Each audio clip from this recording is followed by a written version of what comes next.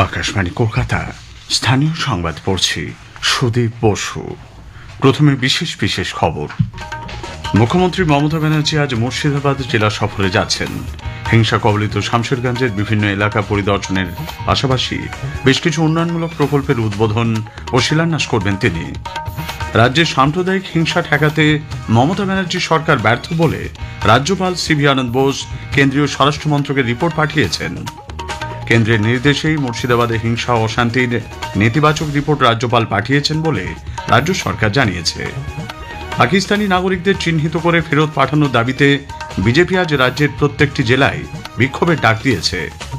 এসএসসির প্রায় 26,000 শিক্ষক শিক্ষাকর্মীর চাকরি বাতিল মামলায় সুপ্রিম কোর্টের রায় পুনর্বিবেচনার আবেদন জানিয়েছে রাজ্য সরকার। ঘূর্ণাবর্তের জেরে রাজ্যে আগামী কয়েকদিন বিক্ষিপ্ত বৃষ্টির সম্ভাবনা। আসছি বিস্তারিত সংবাদে। ওয়াকফ আইন নিয়ে সাম্প্রতিক হিংসার পর এই প্রথম মুখ্যমন্ত্রী মমতা ব্যানার্জি আজ মুর্শিদাবাদ জেলা সফরে যাচ্ছেন।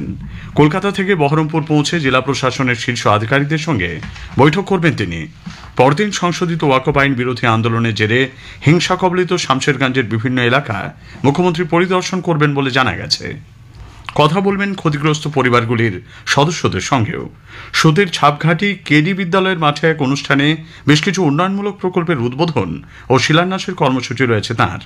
সেখান থেকেই হিংসায় আক্রান্ত পরিবারের সদস্যদের হাতে আর্থিক সহায়তা তুলে দেবেন মুখ্যমন্ত্রী। এদিকে মুর্শিদাবাদে অশান্তিতে ক্ষতিগ্রস্ত শতাধিক পরিবারের নষ্ট হয়ে যাওয়া নথিপত্র যুদ্ধকালীন তৎপরতায় তৈরি করে দিতে হবে বলে রাজ্য সরকার নির্দেশ জারি করেছে। মুখ্যমন্ত্রীর মুর্শিদাবাদ সফরকে কটাক্ষ করেছে বিজেপি। রাজ্য বিজেপির মুখপাত্র শ্রমিক ভট্টাচার্য গতকাল সাংবাদিক সম্মেলনে বলেন, সুপরিকল্পিতভাবে মুর্শিদাবাদে হিন্দুদের উপর অত্যাচার চালানো হয়েছে। এখানে হিন্দু মাইনরিটি, সেখানে দাঙ্গা হয়, সেখানে আক্রমণ হয়। আর পশ্চিমবঙ্গে কোনো দাঙ্গা হয়নি।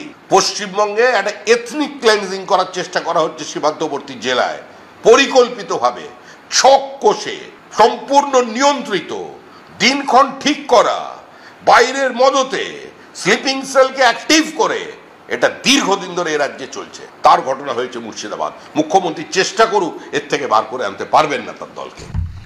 কংগ্রেস নেতা অধীর রঞ্জন চৌধুরী বলেছেন, মমতা ব্যানার্জি আসলে দেখাতে চাইছেন মুর্শিদাবাদে কিছুই হয়নি। মমতা ব্যানার্জি আসছে, মমতা ব্যানার্জি দেখাবে এখানে কোনো কিছু হয়নি, সবাই আমার কাছে এসছে। আমি তো বলছি ওদের বাড়িতে শ্রাদ্ধের জন্যে আমাদের পার্টির মুসলিম নেতৃত্বকে পাঠিয়েছি। আমি আপনাকে দায়িত্ব নিয়ে বলছি, পুরোহিত খুঁজে পাওয়া যায়নি। আজকে মুখ্যমন্ত্রী যাচ্ছে বলে পুলিশ ময়দানে নেমে তাদেরকে মুখ্যমন্ত্রী স্টেজে উঠাতে হবে, আর কিছু না। মুখ্যমন্ত্রী বলবে আমি আজকে কোনো চিন্তা নাই, টাকা নাও, পয়সা নাও, বাড়ি ফিরে যাও।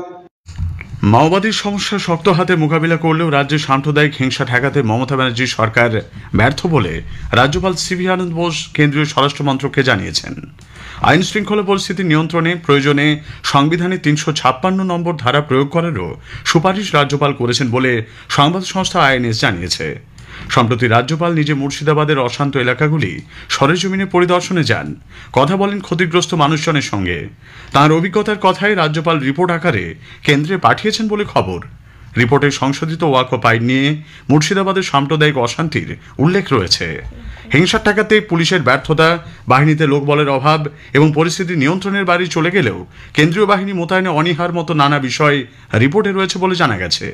পাশাপাশি বাংলাদেশের সঙ্গে সীমান্তে কাঁটাতারের বেড়া দেওয়া এবং মালদা মুর্শিদাবাদের মতো জেলাগুলিতে সশস্ত্র বাহিনীর ক্যাম্প তৈরির আশু প্রয়োজনীয়তার উপর রাজ্যপাল জোর দিয়েছেন।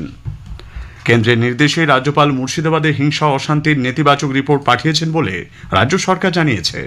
কৃষিমন্ত্রী শোভনদেব চট্টোপাধ্যায় বলেন, রাজ্যপাল দিল্লির নির্দেশে কাজ করছেন, রিপোর্ট পাঠালেই হবে না, হিংসা রোধে সদিচ্ছার প্রয়োজন বলে মন্তব্য করেছেন সিপিআইএম নেতা আইনজীবী বিকাশ রঞ্জন ভট্টাচার্য।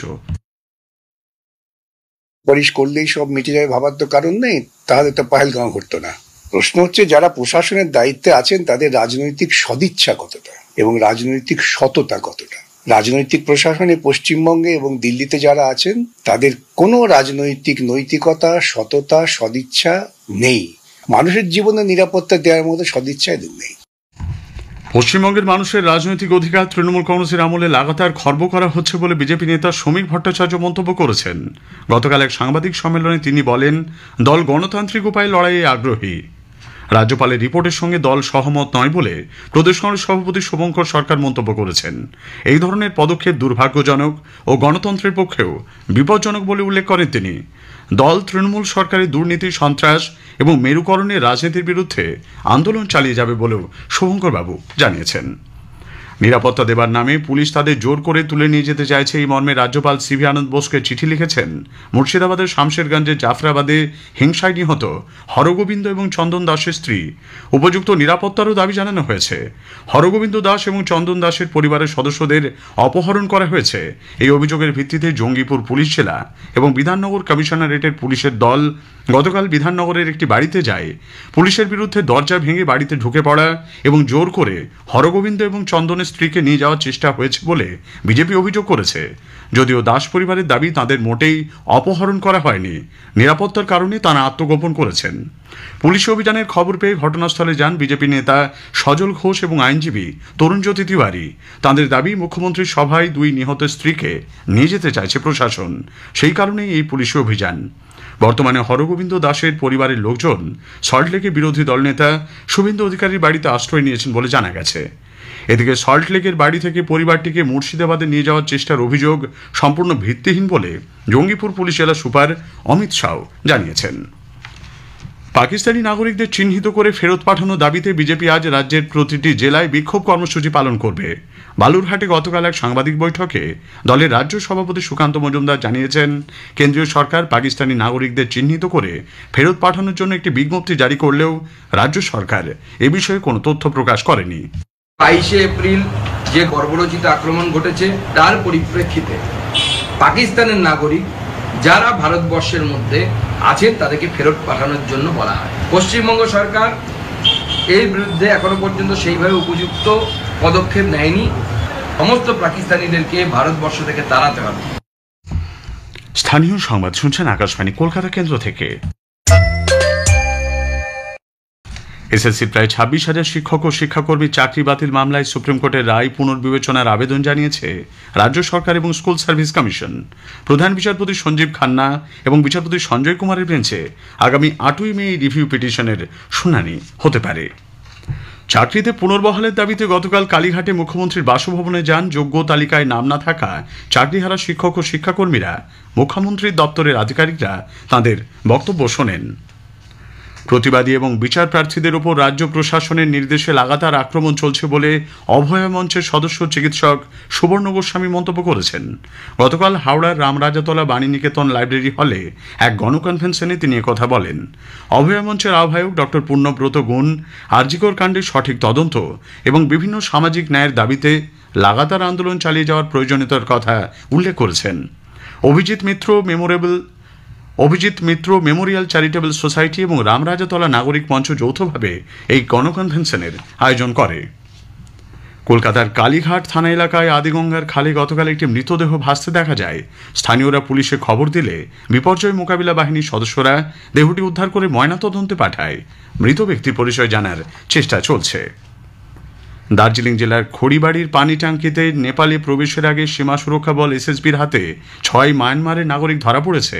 ধৃতদের কাছে আধার কার্ড পাওয়া গেছে। অবৈধভাবে এদেশে প্রবেশের পর তারা ভারতীয় পরিচয়পত্র তৈরি করে বলে পুলিশ সূত্রে খবর। গাঙ্গেয় পশ্চিমবঙ্গ, অন্ধ্রপ্রদেশ এবং ওড়িশা উপকূল পর্যন্ত বিস্তৃত 3টি ঘূর্ণাবর্তের জেরে গোটা রাজ্যে আগামী কয়েকদিন বিক্ষিপ্তভাবে বৃষ্টির সম্ভাবনা রয়েছে।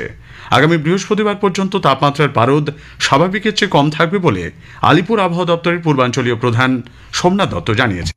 আগামী দিনগুলিতে বিভিন্ন জেলাতে moderate to severe thunderstorm activity পাওয়ার যথেষ্ট সম্ভাবনা আছে পশ্চিমবঙ্গের বিভিন্ন জেলা। দক্ষিণবঙ্গের পূর্ব এবং পশ্চিম বর্ধমান, বীরভূম, মুর্শিদাবাদে এবং উত্তরবঙ্গের মালদা এবং দক্ষিণ দিনাজপুর এগুলোতে কমলা সতর্কবার্তা জারি করা হয়েছে। থান্ডারস্টর্ম উইথ লাইটনিং এবং তার সাথে ঝোড়ো হাওয়া 50 থেকে 60 কিলোমিটার প্রতি ঘন্টা। পশ্চিমবঙ্গের বাকি সমস্ত জেলাগুলোতে হলুদ সতর্কবার্তা জারি করা হয়েছে। গাস্টি উইন্ড কোথাও কোথাও 40 থেকে 50 কিলোমিটার প্রতি ঘন্টা এবং তার সাথে থান্ডারস্টর্ম উইথ লাইটনিং এর জন্য। এদিকে কলকাতায় আজ দিনের সর্বনিম্ন তাপমাত্রা রেকর্ড করা হয়েছে 26.2 ডিগ্রি সেলসিয়াস।